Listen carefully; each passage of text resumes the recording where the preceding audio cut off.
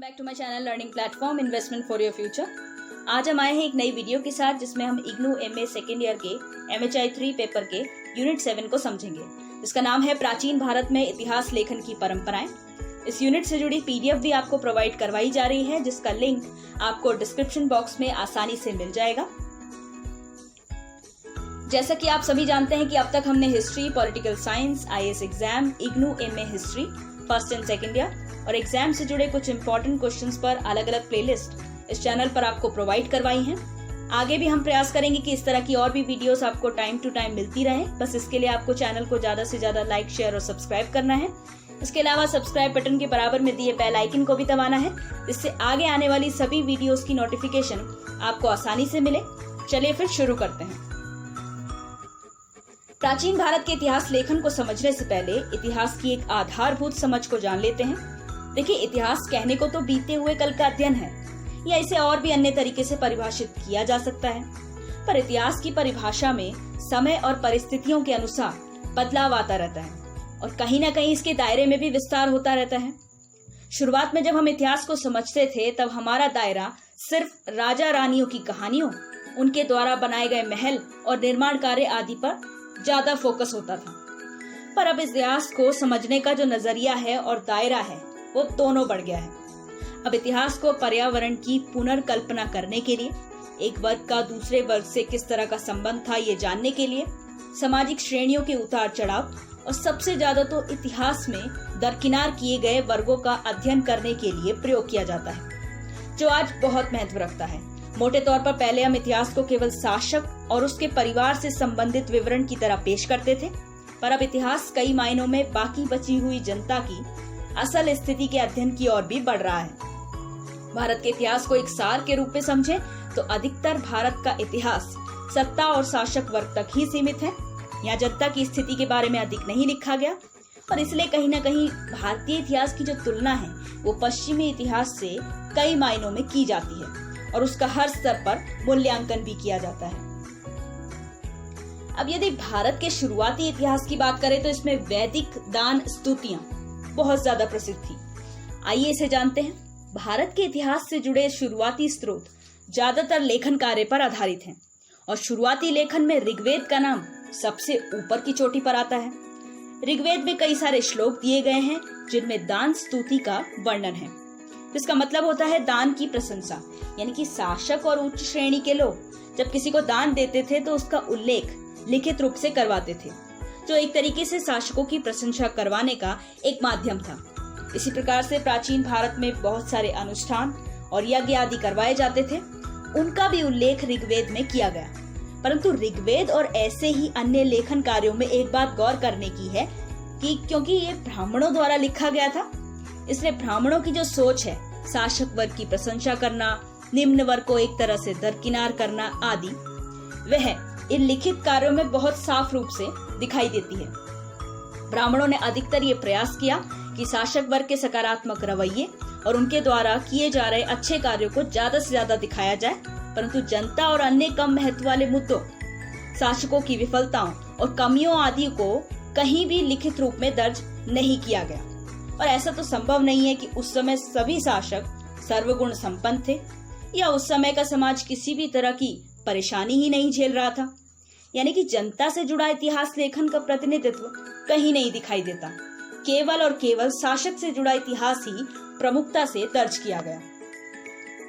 अब बात करते हैं महाकाव्यों की, जो कि इतिहासकारों के लिए काफी अच्छे स्रोत साबित हुए, जिनके माध्यम से काफी सारी जानकारियां प्राचीन समाज के बारे में जुटाई गई। परंतु कई स्तरों पर यह प्रश्न उठाया गया कि ये जो महाकाव्य थे, जिस स्तर पर इन्हें बहुत महत्वपूर्ण बनाकर पेश किया गया, क्या ये ऐतिहासिक विवरण है?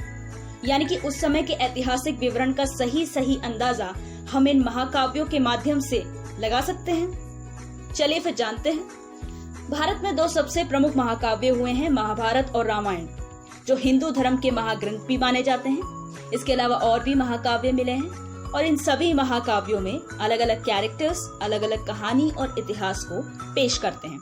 और समय के साथ इन महाकाव्यों में बहुत सारी चीजें बाद में भी ऐड की गई और ऐसा माना जाता है कि इन महाकाव्यों में दी गई घटनाएं असल में जब घटी थी उस समय इससे जुड़ा लेखन कार्य नहीं किया गया, बल्कि कुछ समय बाद इससे जुड़ा लेखन कार्य किया गया था। तो सबसे बड़ा प्रश्न यहाँ यह उठता है कि बाद के समय में लिखी गई रचनाओं में क्या सही सूचनाएं दर्ज की गईं? और अगर हाँ तो उनका स्रोत क्या था? साधारण सी बात है, जब किसी घटना को कुछ समय बीत जाने के बाद लिखा जाएगा तो उसका सटीक रूप से चित्रण कर पाना असंभव ही है।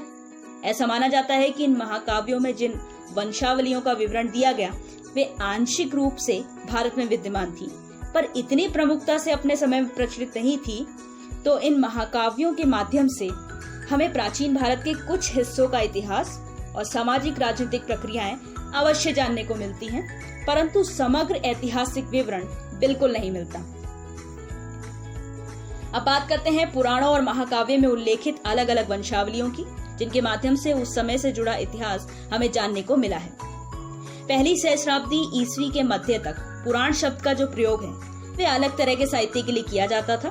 पुराणों को लिखने के मामले में उस समय सूत नाम का सामाजिक समूह बहुत प्रसिद्ध था, जिनका काम था अलग अलग ऐतिहासिक विवरणों की रचना करना, संकलन करना और उसके प्रचार प्रसार का जिम्मा संभालना। इन्हें कई बार शासकों के महत्वपूर्ण रत्नों में भी गिना गया, जो शासकों की प्रशंसा, युद्ध संबंधी वीरता आदि का विवरण उपलब्ध कराते थे।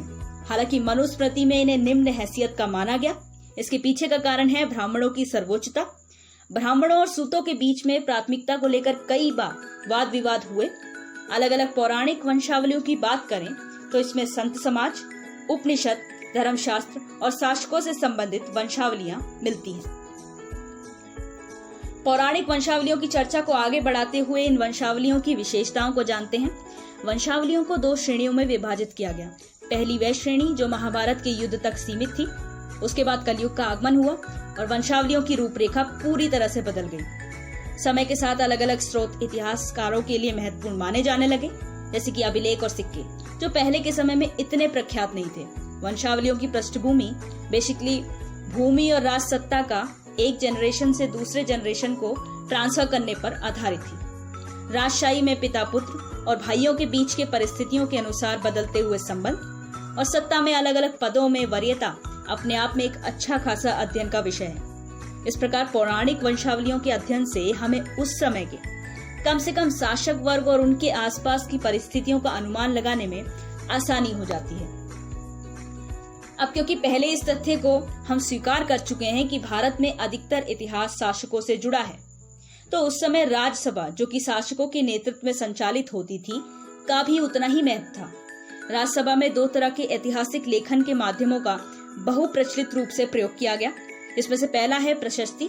प्रशस्तियों को अधिकतर संस्कृत भाषा में लिखा गया, जो कि कविता की तरह लिखी जाती थी, और इन प्रशस्तियों का साहित्य कम से कम इतना सरल तो होता था कि दरबारी लोगों से अलग आम लोगों तक यदि इसे पहुंचाया जाए तो वे इसे आसानी से समझ सकें। इसके अलावा जटिल शब्दों और शैली का प्रयोग करते हुए संस्कृत में ही अलग तरह की प्रशस्तियां भी लिखी जाती थी, जो केवल शासक और कुछ सीमित वर्गों के लिए ही सुविधाजनक थी। हालांकि बाद में प्रशस्ति के लेखन में संस्कृत भाषा के साथ साथ प्राकृत में भी लेखन कार्य के प्रमाण मिले हैं। सबसे फेमस प्रशस्ति की बात करें तो यह समुद्रगुप्त की प्रयाग प्रशस्ति थी, जो कि इलाहाबाद के स्तंभ लेख यानी कि अशोक के स्तंभ लेख पर मिली है, और इसके रचयिता थे हरिसेन, जो कि समुद्रगुप्त की भरपूर प्रशंसा से जुड़ा विवरण था। इसके अलावा एक और प्रशस्ति चालुक्य शासक पुलकेशिन द्वितीय से जुड़ी है, जिसके रचयिता रवि कीर्ति थे। अब बात करते हैं राजसभा के इतिहास लेखन से जुड़े दूसरे माध्यम की, जिसका नाम है चरित। चरित सबसे यहाँ तात्पर्य है महान व्यक्तियों के जीवन और उपलब्धियों से जुड़ी जानकारी, जो कि प्रमुख रूप से शासक वर्ग से जुड़ी हुई थी। इसके लेखन में संस्कृत भाषा और अलंकृत शैली का प्रयोग किया गया। कुछ फेमस चरित लेखन कार्य को देख लेते हैं। इसमें से पहली है अश्वघोष द्वारा लिखी गई बुद्ध चरित, दूसरी है बाणभट्ट द्वारा लिखी गई हर्षचरित और तीसरी है संध्याकर नंदिन द्वारा लिखी गई रामचरित। इन चरितों को लिखने के पीछे सबसे बड़ा उद्देश्य शासकों को असुरक्षित स्थितियों से बचाना था। मतलब अधिकतर जो शासक थे उनका अधिकार ना होते हुए भी वे गद्दी पर बैठ जाते थे, और फिर जनता में उनके प्रति रोष पैदा ना हो, इसके लिए काफी सारे लेखन कार्य करवाते थे, जो एक तरीके से उन्हें शासन को चलाने में सहायता देता था और अपनी छवि सुधारने का मौका भी। बात करते हैं दोहरी भूमिका निभाने वाले कवि और इतिहासकार कल्हण की और उनके द्वारा रची गई राजत रंगणी की। राजत रंगणी, जिसका शाब्दिक अर्थ होता है राजाओं की नदी, यह लेखन कार्य मुख्यतः कश्मीर और कश्मीर के शासकों से जुड़ा हुआ है, जो कि 8 पुस्तकों में संकलित करवाया गया। कल्हण द्वारा लिखे गए कुछ तथ्य आज के आधुनिक समाज के लिए काफी विरोधाभास पैदा करते हैं, जैसे कि स्त्री की शासक के रूप में भूमिका आदि। कल्हण ने अपने लेखन कार्य के लिए जिन स्रोतों का आधार बनाया, उनमें राजकीय उद्घोषणा, प्रशस्तियां और शास्त्र आदि सम्मिलित हैं। उन्होंने उस समय के इतिहास को लिखने के साथ साथ भविष्य के कई स्तरों पर कल्पना की और अपने लेखन के माध्यम से उनसे पहले के रचयिताओं की आलोचना भी। हालांकि इसे सिद्ध कर पाना बेहद मुश्किल काम है, क्योंकि उनके पहले के रचयिताओं द्वारा किया गया लेखन कार्य आज की डेट में उपलब्ध नहीं है। उन्होंने अपने आप को कवि माना और अपने द्वारा लिखे गए लेखन कार्य को राजाओं को शिक्षा देने वाला लेखन कार्य। कल्हण की लेखन क्षमता दरबारी कवि ना होते हुए भी राजभाषा का सटीक प्रयोग करने के लिए काफी प्रसिद्ध थी। इतिहास लेखन की अन्य परंपराओं की ओर रुख करते हैं, जो कि धार्मिक संस्थाओं के अधीन विकसित हुई, जिनमें बौद्ध, जैन और हिंदू संस्थाओं और धर्मों से जुड़े लेखन कार्य आते हैं। बौद्ध धर्म में 3 बौद्ध परिषद द्वारा दिया गया ज्ञान और मठ व्यवस्था का बहुत अधिक प्रचलन था। इसमें काल क्रमानुसार घटनाओं का विवरण लिखा गया, जिस पर कुछ हद तक विश्वास किया जा सकता है। और तो और धार्मिक इतिहास से जुड़े मठ, स्थानों और स्रोतों का बहुत अच्छे तरह पर रखरखाव भी इस समय शुरू हुआ। और आखिर में बात करते हैं तिथि निर्धारण करने के लिए अपनाई जाने वाली अलग अलग पद्धतियों की। सबसे प्रचलित और प्राचीन पद्धति शासन वर्ष का विवरण मानी जाती है, जिसमें प्रत्येक शासक के गद्दी पर बैठने पर उसके इतिहास को तिथि के अनुसार लिखना शुरू किया जाता है। उदाहरण के लिए मौर्य काल के शासक अशोक के समय का इतिहास। दूसरी पद्धति है राजवंश आधारित युग, जिसका सबसे प्रमुख उदाहरण है गुप्त काल के शासक चंद्रगुप्त प्रथम का शासनकाल। और आखिरी पद्धति है हिंदी कैलेंडर के तहत विक्रम संवत और शक संवत आधारित इतिहास लेखन, जो कि आज के समय में इतना अधिक प्रचलित नहीं है। इसी के साथ ये वीडियो यहीं समाप्त होता है। आई होप आपको ये वीडियो पसंद आया हो। अगर ऐसा है तो चैनल को ज्यादा से ज्यादा लाइक, शेयर और सब्सक्राइब करें और बेल आइकन को जरूर दबाएं। इसके अलावा कमेंट सेक्शन में अपने फीडबैक भी जरूर दें। चैनल से जुड़ी अन्य जानकारी के लिए आप चैनल की वेबसाइट को भी विजिट कर सकते हैं।